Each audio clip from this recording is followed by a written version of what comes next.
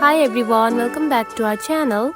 In today's video, I'm going to show you how to enable dark mode on your Clipchamp. It is a very easy process, so let's get started.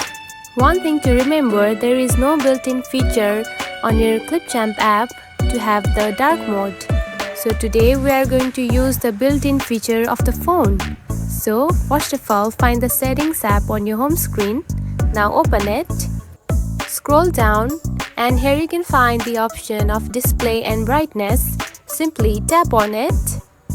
Here you can find the option of dark. Now go ahead and select it. Like this, the dark mode has been enabled.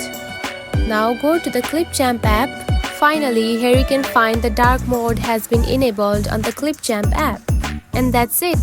This is how you can enable dark mode on your Clipchamp app.